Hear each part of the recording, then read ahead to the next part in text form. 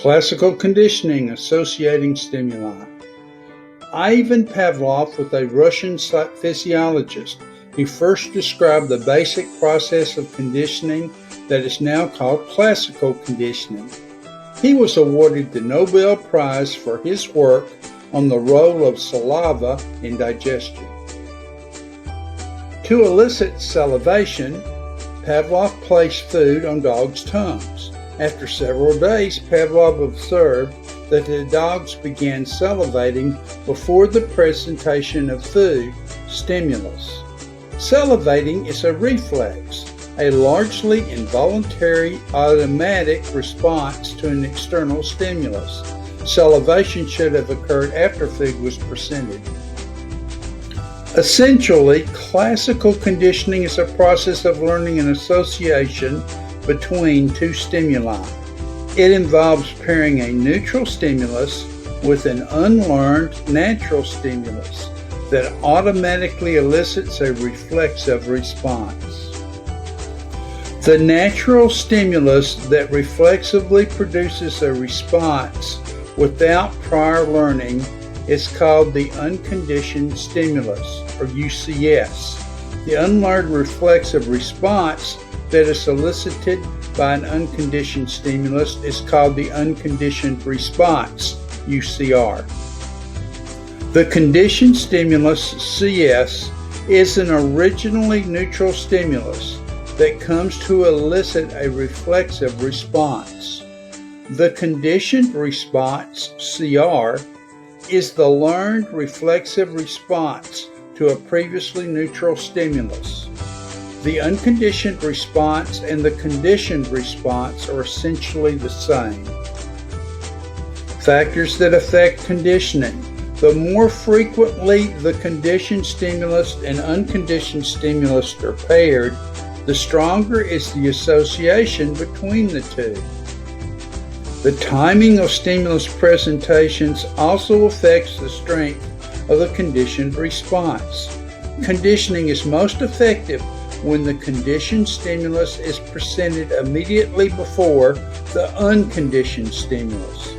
A half second is the optimal time interval.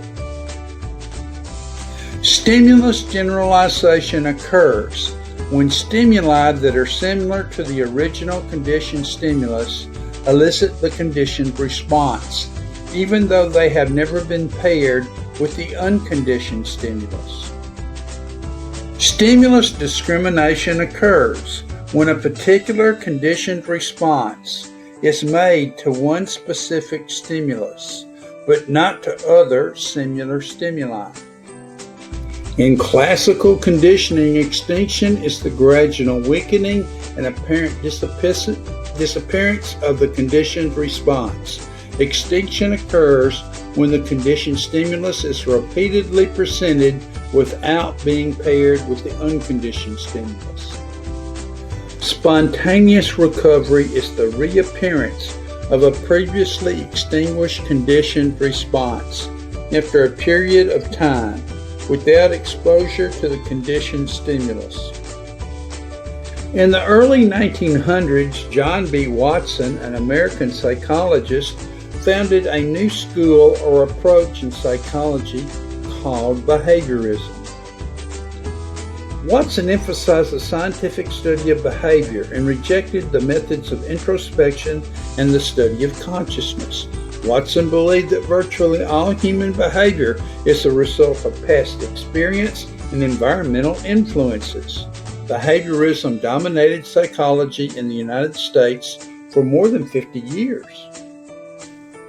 Watson identified three emotions that he believed were innate, unconditioned reflexes: fear, rage, and love. Each could be reflexively triggered by a small number of specific stimuli. In 1920, Watson and graduate student Rosalie Rayner set out to demonstrate that classical conditioning could be used to deliberately establish a conditioned emotional response in a human subject. 9-month-old Albert showed no fear when presented with a tame white rat, a rabbit, a dog, and a monkey. When a steel bar was banged behind his head, unconditioned stimulus, Albert responded with fear, the unconditioned response. After 7 pairings of the loud noise and the white rat conditioned stimulus, the white rat alone triggered extreme fear, the conditioned response. Stimulus generalization also occurred. Little Albert was now afraid of other furry animals and a variety of fuzzy objects. The study was not carefully designed or conducted, and the researchers made no effort to extinguish the fear. Classically conditioned drug effects. Stimuli that reliably accompany the administration of a drug used to restore normal levels of functioning can become classically conditioned so that the elicit response is similar to the drug's effects. Conditioned drug effects can contribute to some instances of placebo response or placebo effect, an individual's psychological and physiological response to a fake treatment or drug.